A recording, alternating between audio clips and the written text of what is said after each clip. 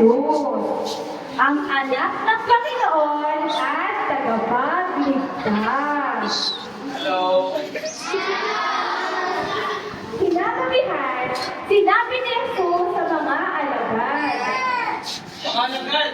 Tara, dito tayo sa kabilang bayan. At sinundan nga nila si Jesus. At yan, papasok na ang mga disipulo. Yan.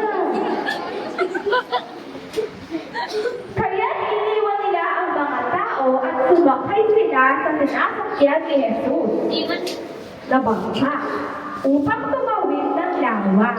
May iba pang bangkang nakisabay sa kanila habang naglalakad.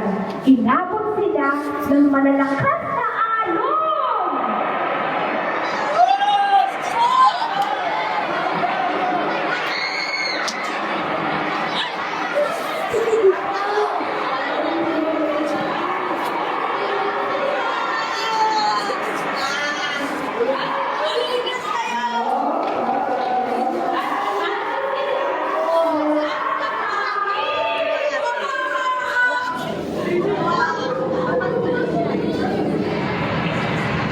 Si Jesus ay natutulog doon sa hulihan ng bangka, nakahiga sa isang unan. Ginising siya ng malakas at sinabi, Bro, paniwala lang po ba sa inyo mapahama kami? bumangon si Jesus at sinubay ang hangin. Hangin, tigil! At sinabi ni Jesus sa mga alon, Alon! Kumalma kayo! tumigil na ang hangin at bumuti ang lawa. Pagkatapos, sinabi niya sa mga alagad, Bakit kayo natatakot? Hanggang ngayon ba wala pa rin kayong tiwala sa akin? natakot sila at labis na namangha.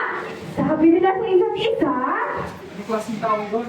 Pati hanggang ngayon at alam na yung napapasunod niya.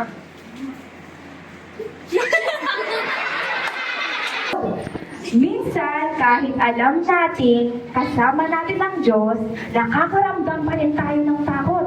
Ngunit sa ating Bible story, pinatigil ni Jesus ang bagyo at sila'y iningatan. Nagsisilbi itong paalala na kahit hindi natin kontrolado ang mga pangyayari, maaari tayong magtiwala sa kapangyarihan ng Diyos na protektahan tayo. Kailangan natin magtiwala sa Kanya. Pero paano natin ito magagawa? Sa pamamagitan ng pananampalataya kay Jesus na anak ng Diyos. Pero ano nga ba ang ginawa ni Jesus? Siya'y namatay sa krus para bayaran ang ating mga kasalanan. Inilibing siya at muling nabuhay sa ikatlong araw. Pinapangako niyang niyang bubuhayin ang mga sumasampalataya sa Kanya. Magkakaroon ng buhay na walang hanggan ang nananampalataya kay Jesus. Kayo mga bata, gusto niyo bang walang palataya kay Jesus?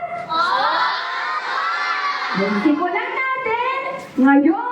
Kausapin niyo si Jesus kapag kayo lang mag-isa doon sa inyong kwarto. Sabihin natin, nananampalataya ako kay Jesus. Okay. At dyan